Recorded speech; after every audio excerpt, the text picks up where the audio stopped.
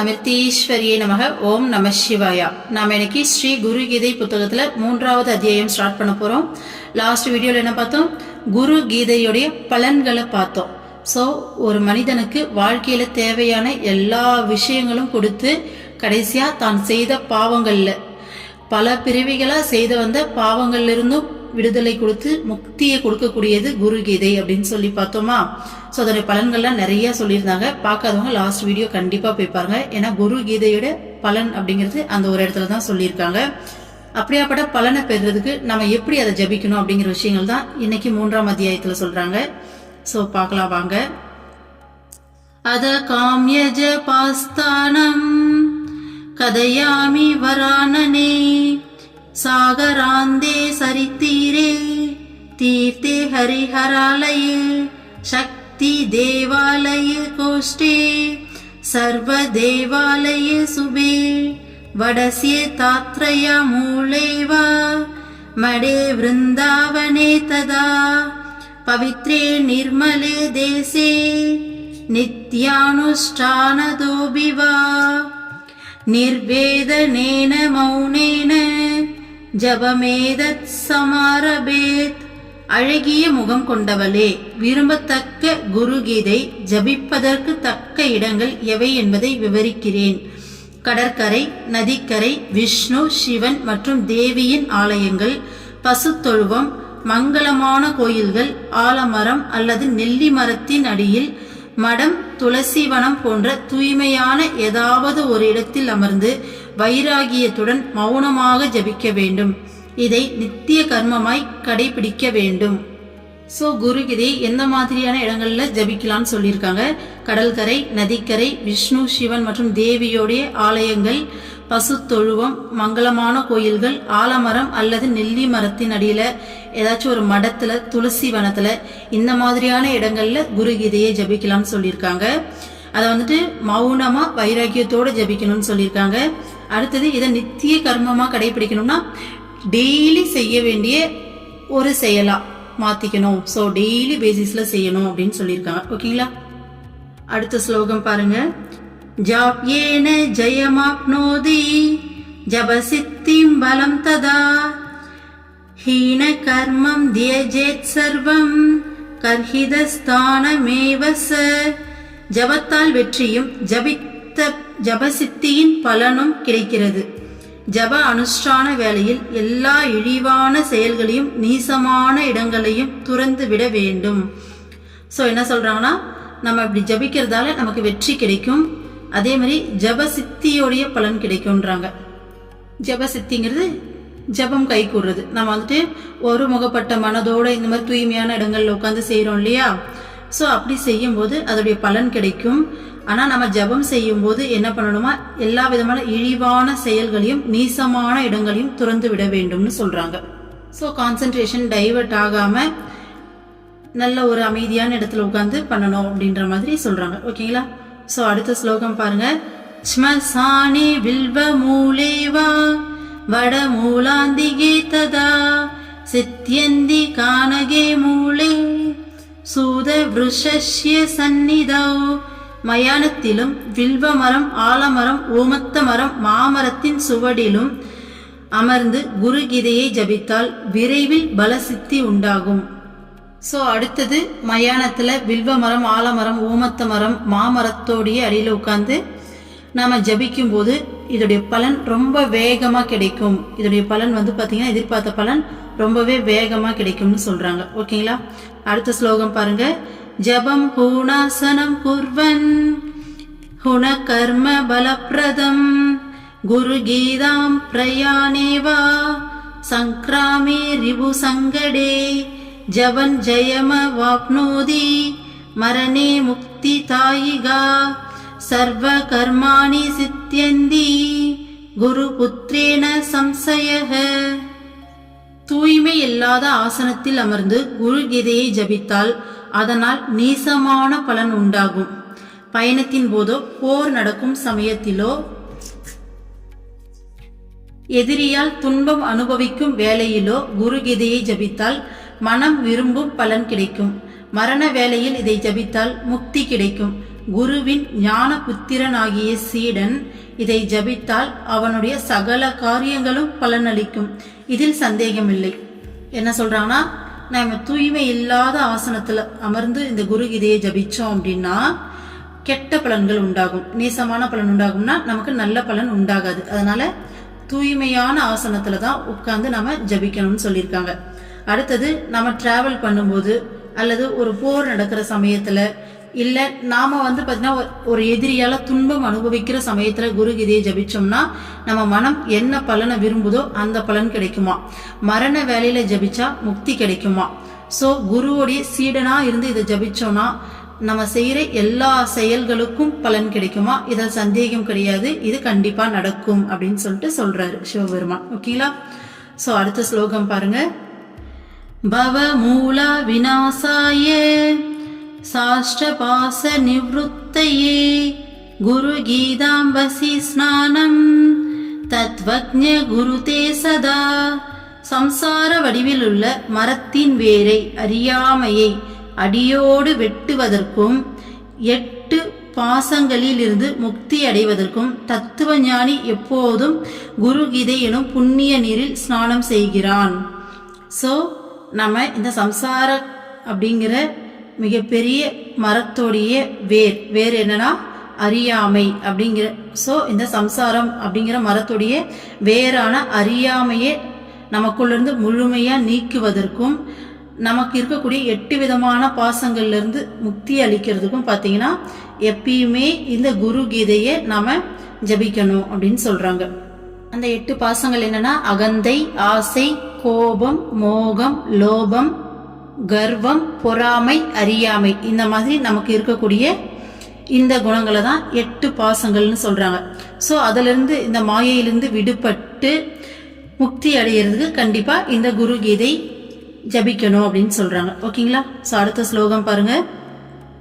ச ஏவ சத்குரு சாக்ஷாத் சதசத் பிரம்ம வித்தமஹ தஸ்ய ஸ்தானானி சர்வாணி பவித்ராணி ந சம்சயஹ. யாருக்கு தோன்றுவதும் தோன்றாததுமான பிரம்மத்தின் அறிவு இருக்கிறதோ அவரே சத்குரு. சத்குரு இருக்கும் இடமெல்லாம் புனிதமானவை. இதில் சந்தேகமில்லை. ஸோ யாருக்கு தோன்றுவதும் தோன்றாததுமான பிரம்மத்தின் அறிவு இருக்கிறதுன்னு சொல்லியிருக்காங்க. ஸோ பிரம்மம் தன்னை நினைச்சா வெளிப்படுத்திக்கலாம். ஒரு பொருள் மூலமாவோ இல்லை ஒரு இறை வடிவிலையோ எப்படி வேணாலும் தன்னை வெளிப்படுத்திக்கிட்டும் இருக்கலாம், வெளிப்படுத்தாம தோன்றாமலையும் இருக்கலாம். ஸோ பிரம்மம் அப்படிங்கிறது தோன்றவும் செய்யலாம், தோன்றாமலையும் இருக்கலாம். அப்பேற்பட்ட பிரம்மத்தோடைய அறிவு யாருக்கு இருக்குதோ அவரை தான் சத்குருன்னு சொல்றோம். சோ சத்குரு இருக்கிற இடம் புனிதமானவை அப்படின்னு சொல்லி சிவபெருமான் சொல்றாரு. அடுத்த ஸ்லோகம் பாருங்க. சர்வ சுத்த பவித்ரோசௌ ஸ்வபாவாத் யத்ர திஷ்டதி தத்ர தேவகணா சர்வே க்ஷேத்ர பீடே சரந்தி ச. எல்லா வகையான தூயவரும் மங்களம் செய்பவருமான சத்குரு இயல்பாக எங்கே வசிக்கிறாரோ அந்த புண்ணிய பூமியில் தேவர்கள் அனைவரும் சஞ்சரிக்கிறார்கள். சோ தூயவரான சத்குரு எங்க இருக்காரோ அந்த இடத்துல பூமியில இருக்கு. அந்த இடத்துல அந்த புண்ணிய பூமியில தேவர்கள் எல்லாரும் சஞ்சரிக்கிறாங்கன்னு சொல்றாங்க. அம்மா கூட சொல்லுவாங்க, பஜன் பாடும்போது நடுவில் ரொம்ப தேவையில்லாம ஏஞ்சி போறது அதெல்லாம் பண்ணக்கூடாது. ஏன்னா நிறைய தேவர்கள் கந்தர்வர்கள் எல்லாரும் பஜனை சூட்சமமா அங்க இருந்து கேட்பாங்களாமா. ஸோ அவங்களுக்கு டிஸ்டர்பன்ஸ் ஆகுமாமா. அதனால ஏஞ்சி போறது, தேவையில்லாம அங்க சத்தம் போடுறது, இல்லை தேவையில்லாத செயல்களில் ஈடுபடுறது, இதெல்லாம் அம்மாவுடைய பஜன் நடக்கும்போது செய்யக்கூடாது. அப்படி செஞ்சா அதுக்கு நமக்கு தப்பாயிடும் அப்படின்ற மாதிரி சொல்லுவாங்க. அதே மாதிரி அருள்மொழிகள்ல நிறைய இடத்துல நம்ம கேட்டிருப்போம், பெரிய பெரிய மகாத்மாக்கள்லாம் பறவை உருவத்திலையும் விலங்கு உருவத்திலையும் அம்மாவை தரிசனம் பண்ணிட்டு போச்சு அப்படின்னுட்டு. சோ சத்குரு வாழக்கூடிய இடம் அப்படிங்கிறது தேவர்கள் சஞ்சரிக்கக்கூடிய இடம், தெய்வங்கள் சஞ்சரிக்கக்கூடிய இடம். ஓகேங்களா. அடுத்த ஸ்லோகம் பாருங்க. ஆசனஸ்தா சயனாவா கச்சந்தஷ்டிஷ்டந்தோ பிவா அச்வாரூடா கஜாரூடா சுஷுப்தா ஜாக்ரதோ பிவா சுஷுபூதா ஞானவந்தோ குரு கீதாம் ஜபந்தியே தேஷாம் தர்சன சம்ஸ்பர்சாத் புனர்ஜன்ம ந வித்யதே. ஆசனத்தில் அமர்ந்தோ படுத்தபடியோ நடந்தவாறோ நின்றபடியோ குதிரை மீது அமர்ந்தோ யானையின் மீது இருந்தபடியோ உறக்கத்திலோ விழித்திருக்கும் போதோ தூய்மையுடன் குருகீதையை ஜபிக்கும் ஞானிகளின் தரிசனமும் ஸ்பரிசமும் கிடைத்தால் மறுபிறவி இருக்காது.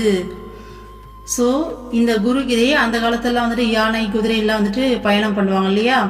ஸோ அதனால அதையெல்லாம் மென்ஷன் பண்ணியிருக்காங்க.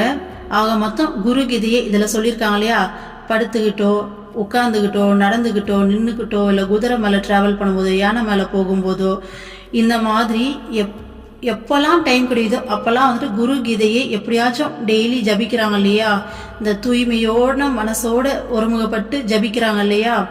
ஸோ அவங்களையே சொல்கிறாங்க, அவங்களோடைய தரிசனம் கிடைச்சாலே மறுபிறவி கிடைக்காதாமா இல்லையாமா.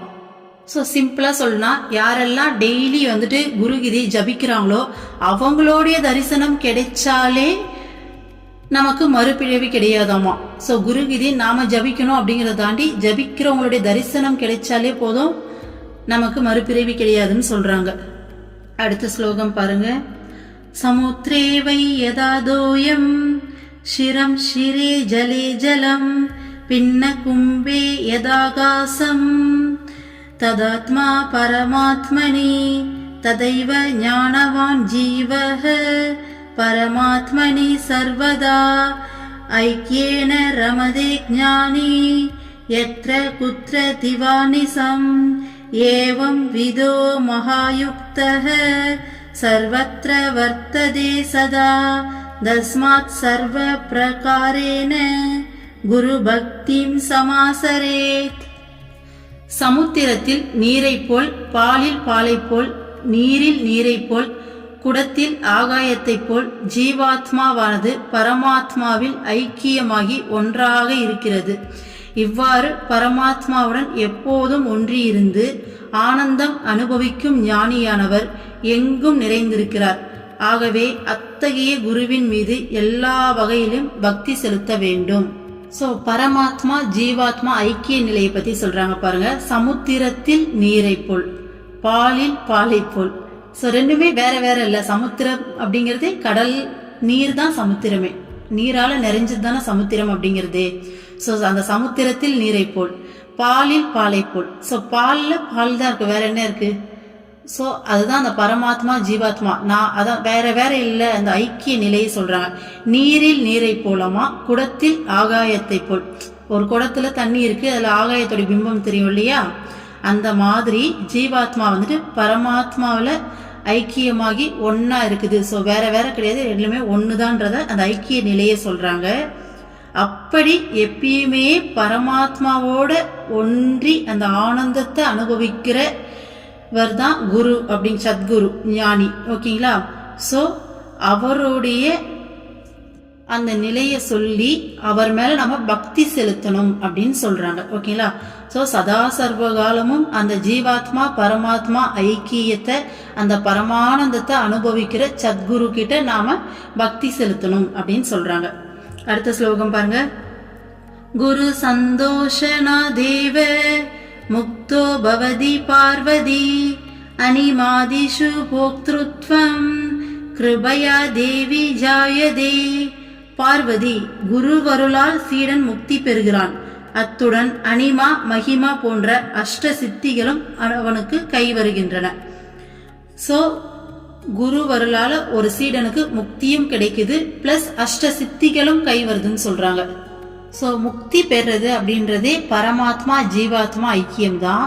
ஸோ பரமாத்மா ஜீவாத்மா ஐக்கியம்ன்றது இப்போ சொன்னாங்க இல்லையா, சமுத்திரத்தில் நீரை போலவும் பாலில் பாலை போலவும் நீரில் நீரை போலவும் சொல்லிட்டு, அந்த மாதிரி நீ வேற இல்லை நான் வேற இல்லைன்னு சொல்லி ரெண்டுமே ஒன்னா கலக்கிறது. அந்த நிலையில நீ நான் அப்படிங்கிற ரெண்டு விஷயம் இருக்காது, ஒன்று மட்டும்தான். ஸோ நம்மளே அந்த பரமாத்மாவா அந்த பரம்பொருளா வந்து அப்படியே பரபிரம்மமா மாறிடுவோம். அந்த பரபிரம்மத்தோட அந்த கலந்த நிலைக்கு வந்துடுவோம். பரபிரம்மமா நம்ம கலந்துட்டோம்னா இந்த ஒட்டுமொத்த பிரபஞ்சத்தையும் படைச்சி இயக்கிக்கிட்டு இருக்கிறது அந்த பரபிரம்மம் தானே.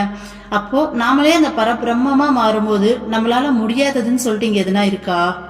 எல்லாமே முடியும். இப்போ ஒரு நம்மளுடைய சத்குரு நம்ம அம்மாவே எடுத்துப்போம், அவங்களால முடியாதுன்னு எதுவுமே கிடையாது. அவங்க நினைச்சானா ஒரு செகண்ட்ல இந்த உலகத்தையே அழிக்க முடியுமாமா. அதே மாதிரி என்ன வேணாலும் செய்யலாம். இந்த இறைவனுக்கு என்ன சக்தி இருக்கோ அத்தனையும் சத்குருக்கு இருக்கா. அப்ப நாம அவங்களோட கலக்கும் போது நாமளும் அந்த நிலையை அடைஞ்சிருவோம். அப்போ இந்த அஷ்டமா சித்தி அப்படிங்கிறது பாத்தீங்கன்னா இது மட்டும் இல்ல, இதை தாண்டின எல்லா விஷயங்களும் நமக்கு கிடைக்க வரும்னு சொல்றேன்.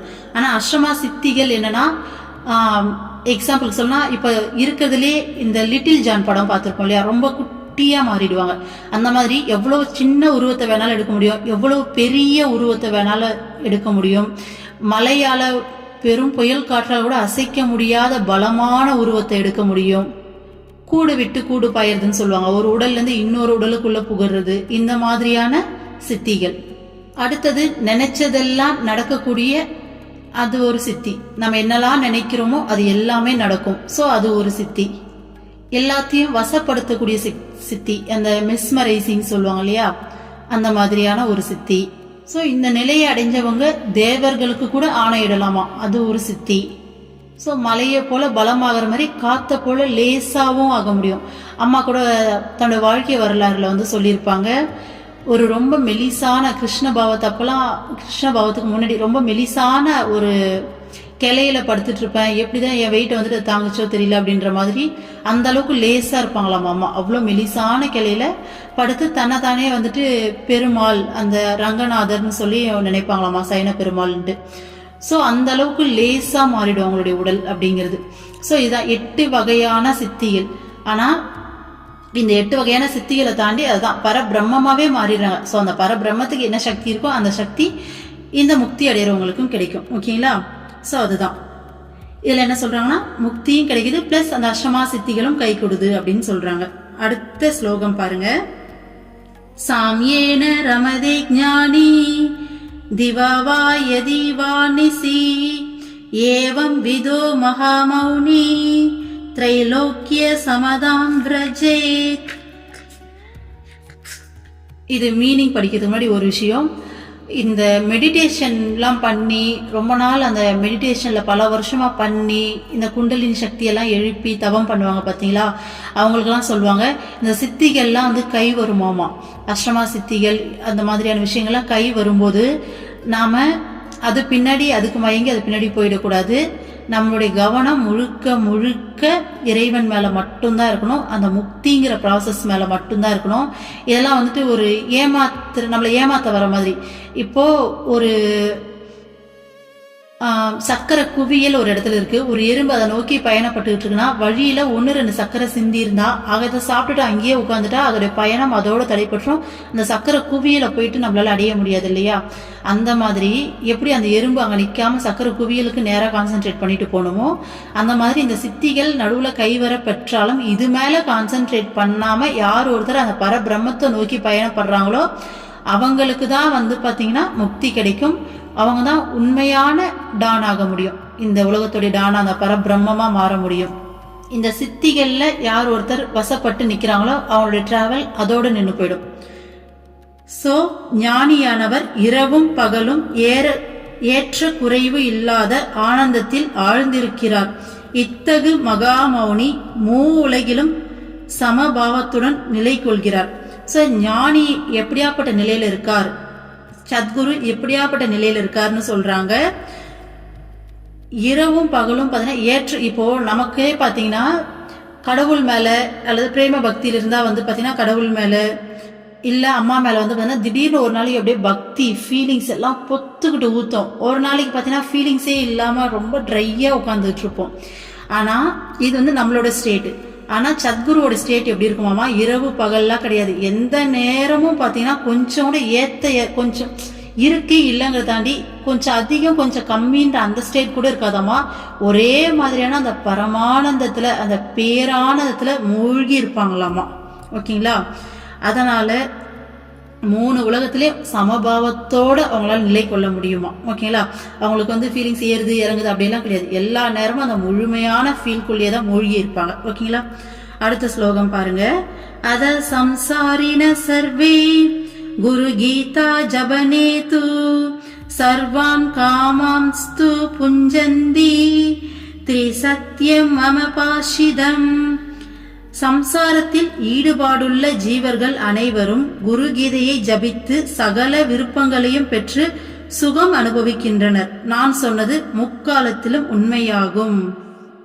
ஸோ இதில் என்ன சொல்றாங்கன்னா, முக்தியை நோக்கி போறவங்களுக்கு மட்டும் இந்த குரு கீதை கிடையாது.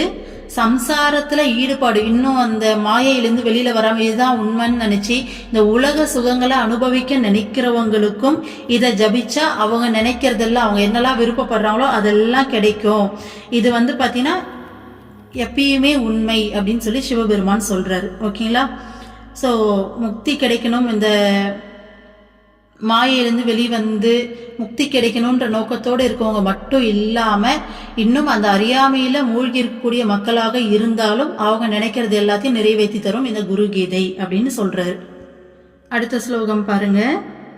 சத்யம் சத்யம் புனசத்யம் தர்மசாரம் மயோதிதம் குரு கீதா சமம் ஸ்தோத்ரம் நாஸ்தி தத்துவம் குரு பரம். நான் சொன்னது உண்மை உண்மை உண்மை, அதுவே தர்மத்தின் சாரமாகும். குரு கீதைக்கு நிகரான ஸ்தோத்திரம் வேறு இல்லை, குருவை விட சிறந்த தத்துவமும் வேறில்லை. சோ நான் சொன்னது உண்மைன்னு சொல்லி சிவபெருமான் அழுத்தி 3 டைம் சொல்ற. உண்மை உண்மை உண்மை, சத்தியம் சத்தியம் சத்தியம்னு சொல்லிட்டு ஸ்லோகத்துல வருது. ஓகேங்களா? இதுதான் தர்மத்தோடைய சாரம். குரு கீதைக்கு நிகரானது வேற எதுவுமே கிடையாது. இதுக்கு நிகரான ஒரு ஸ்தோத்திரம், ஒரு ஸ்லோகம் அப்படிங்கிறது வேற எதுவுமே கிடையாது. குருவை விட சிறந்த தத்துவமும் வேற கிடையாது, குரு கீதையோட சிறந்த ஸ்தோத்திரமும் வேற கிடையாது. இதுதான் உண்மை அப்படின்னு சொல்லிட்டு சிவபெருமான் சொல்றாரு. ஓகேங்களா? ஸோ இது வரைக்கும் 19 ஸ்லோகங்கள் 3வது அத்தியாயத்தில் பார்த்துருக்கோம். 20வது ஸ்லோகம் அடுத்த வீடியோவில் பார்ப்போம். ஓம் அமிர்தீஸ்வரி நமக. ஓம் நம சிவாய. சர்வம் கிருஷ்ணார்ப்பணம்.